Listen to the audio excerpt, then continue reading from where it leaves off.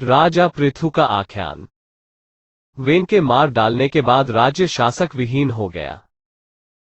ब्राह्मणों ने पुत्रहीन राजा वेन की भुजाओं का मंथन किया, तब उससे स्त्री पुरुष का एक जोड़ा प्रकट हुआ। ऋषियों ने कहा, यह पुरुष यशस्वी पृथु नामक सम्राट होगा और स्त्री पृथु को अपना पति बनाएगी। इसका नाम अर्ची होगा।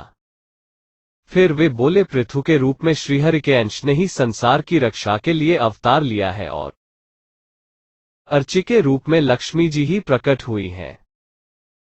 पृथु को राजपद पर आसीन किया गया। जैसे ही पृथु राज्य सिंहासन पर आरूढ़ हुए, लोग उनकी जय जयकार करते हुए सम्मान के लिए दौड़ पड़े। स्तुति गान करने लगे, भेंट उपहार देने लगे। सत्कार, सम्मान एवं यशोगान करते लोगों को देखकर पृथु ने सम्मान अस्वीकार कर दिया और सम्मान के लिए एकत्रित लोगों को संबोधित करते हुए बड़ी सुंदर बात कही, जो कि आज के सत्ताधीशों के लिए गंभीर चिंतन का विषय है। पृथु का पूरा आख्यान राजनीतिज्ञों के लिए स्वाध्याय करने योग्य है। राजनीति शास्त्र के छात्रों एवं विद्वानों को भी इसका अध्ययन करना चाहिए, जिसके आधार पर उन्होंने मानपत्र लेने से मना किया है। स्तुति से सत्ताधीश अंधे बन जाते हैं। सम्मान देने आए लोगों से पृथु ने पूछा कि मैंने अभी कुछ किया ही नहीं है। अभी तो राजा के पद की शपथ ही ली है, मेरी कार्यप्रणाली आपने देखी नहीं है। अभी मेरी कोई उपलब्धि नहीं है, तब फिर आप किस बात के लिए मुझे मानपत्र भेंट कर रहे हैं? यह उचित नहीं है, अतएव मैं इसे अस्वीकार करता हूं। कितना उच्च आदर्श प्रस्तुत किया राजा पृथु ने। आज के राजाओं, मंत्री आदि को इससे थोड़ी सीख तो लेनी ही चाहिए।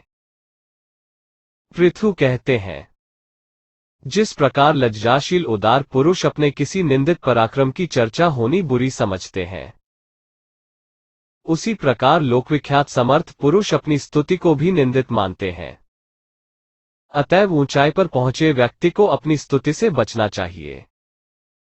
स्तुति से व्यक्ति में अनावश्यक अहंकार आ जाता है, जो उसकी कार्य प्रणाली में व्यवधान डालता है और प्रगति को बाधित करता है।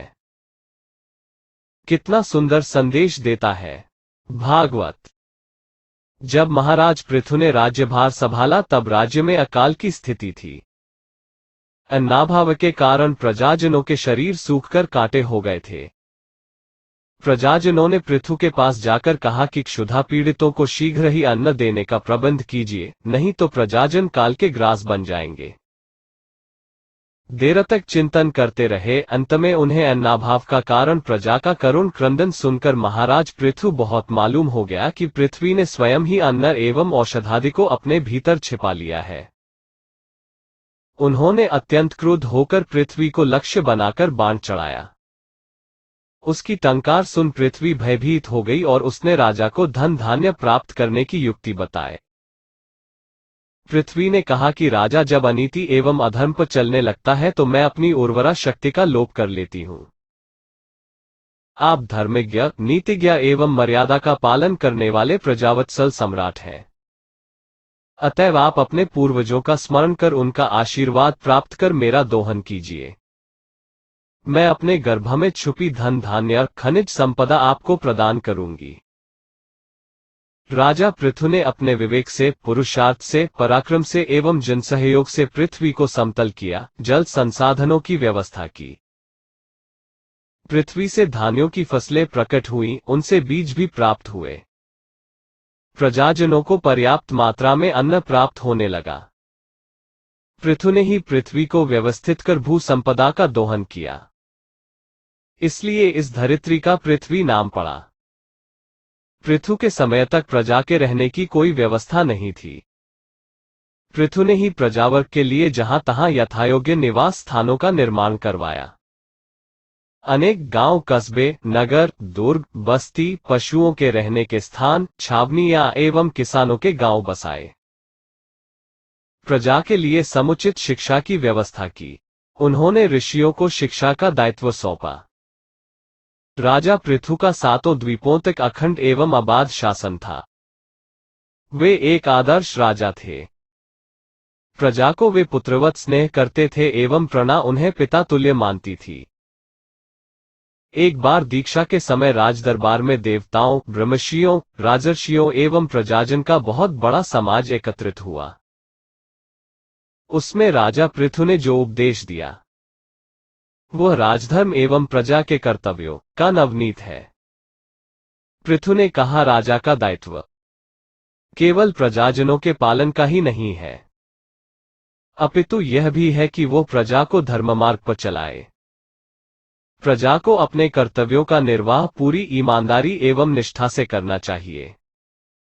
राजा को प्रजा के साथ सीधा संवाद करते रहना चाहिए। कहावत है, यथा राजा तथा प्रजा।